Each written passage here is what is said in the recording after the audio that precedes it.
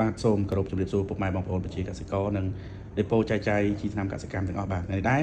ខ្ញុំបាទសូមបង្ហាញផលិតផលមួយរបស់ក្រុមហ៊ុនរូផាដែលមានឈ្មោះថាប្រេងបង្កើនប្រសិទ្ធភាពបាទ QS 302បាទជាប្រភេទប្រេងជំរាបបាទ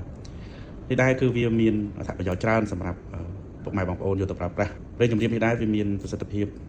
ខ្ពស់បាទពេលដែលយើងយកទៅប្រើលាយជាមួយជីថ្នាំផ្សេងទៀតបាទទី1ជួយបំបែកបាទម៉ូលេគុលទឹកឲ្យឬក៏ថ្នាំដែលលាយទៅជាមួយវាហ្នឹង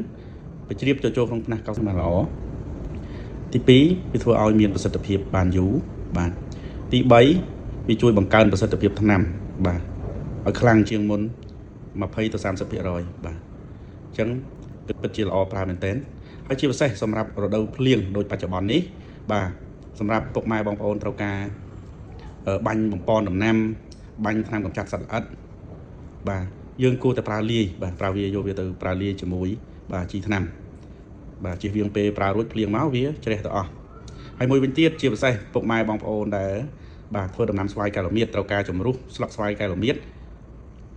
ហើយមានភ្លៀងធ្លាក់ច្រើនអញ្ចឹងយើងគួរតែប្រើប្រេងជំរាបនេះលាយជាមួយបាទពពួកថៃអូពពួក13ដើម្បីឲ្យប្រសិទ្ធភាពថ្នាំនោះវាជ្រាបទៅចូលក្នុង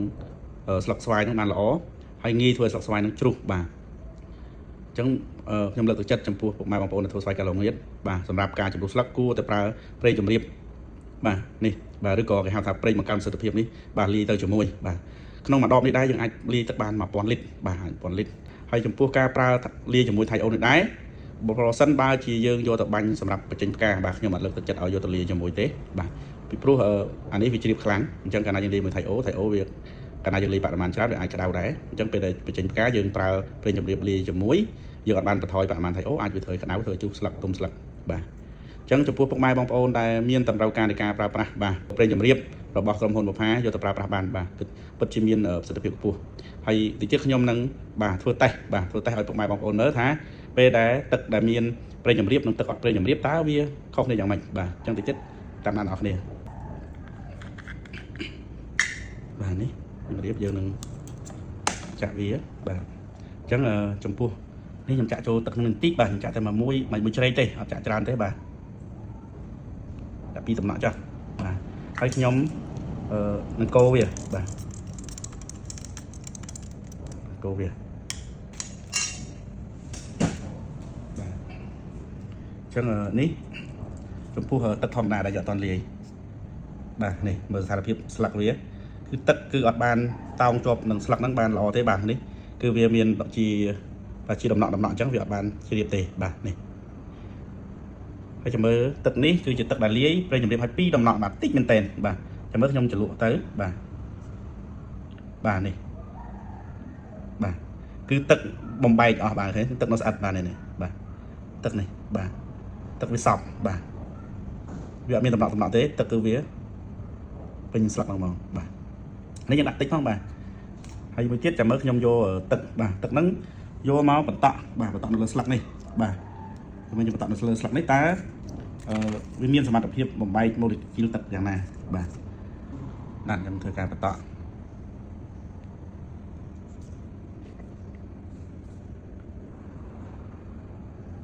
បាទនេះ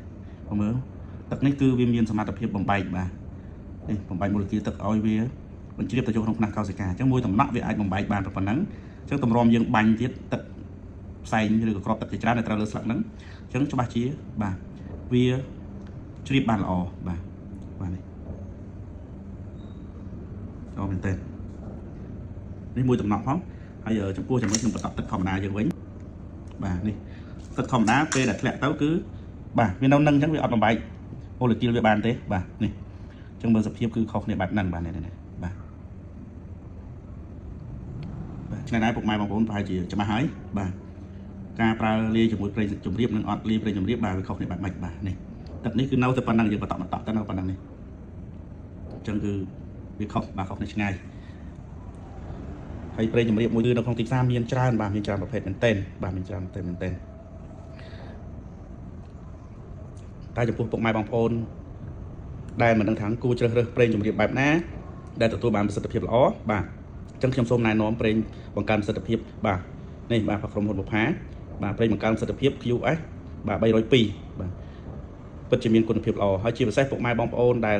ធ្លាប់បានប្រើប្រាស់បាទគាត់តសើមិនដាច់ពីមាត់ទេបាទខ្ញុំណែនាំឲ្យប្រើ1000លីត្រគាត់ប្រើដល់តែ2000លីត្រនឹងខ្លះគាត់ថានៅតែមានការជម្រាបបានល្អបាទហើយដល់វាតូចទេបាទតែ250មីលីលីត្រទេបាទប៉ុន្តែកម្រិតនៃការប្រើប្រាស់គឺបានច្រើនបាទនេះបាទអញ្ចឹងចំពោះពុកម៉ែបងប្អូនដែលបានទស្សនាវីដេអូនេះហើយសូមជួយ like ជួយ share ទាំងអស់គ្នាបាទដើម្បីចែករំលែកដល់ពុកម៉ែបងប្អូនជាកសិករយើងបាទទាំងអស់គ្នាបាទសូមអរគុណ